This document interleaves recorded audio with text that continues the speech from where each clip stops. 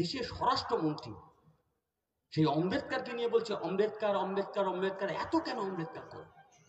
তো ভারতবর্ষের মানুষ আম্বেদকর আম্বেদকর করবে না, ঠিক সাভারকার সাভারকার সাভারকার করবে, যারা ব্রিটিশের পাচেটে মুচলেকা দিয়েছিল। এটা সেই ভারতবর্ষ, যে ভারতবর্ষের মানুষ এখনো মাথা তুলে কথা বলতে পারে, যে ভারতবর্ষের মানুষ যখন কোনো বড় লোক গরিব লোকের উপরে যখন অত্যাচার করে, গরিব লোক যখন নিপীড়িত শোষিত হয়, তারপরেও দাঁড়িয়ে তার সামনে কোথাও গিয়ে হয়তো আশার আলো থাকে, সে ওই বড় লোকের চোখে চোখ রেখে বলে তোমাকে আমি কোর্টে বুঝে নেব, কারণ সে ভালো করে জানে তার জন্য সংবিধান আছে।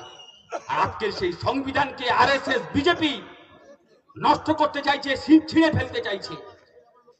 আগে ছিল আইপিসি সিআরপিসি, বিজেপি আসার পরে বললো আইপিসি থাকবে না, বললো ন্যায় সংহিতা থাকবে। আসলে এটা প্রথম স্টেপ, প্রথম ধাপ। প্রথমে লিখেছে ন্যায় সংহিতা, আসলে ওরা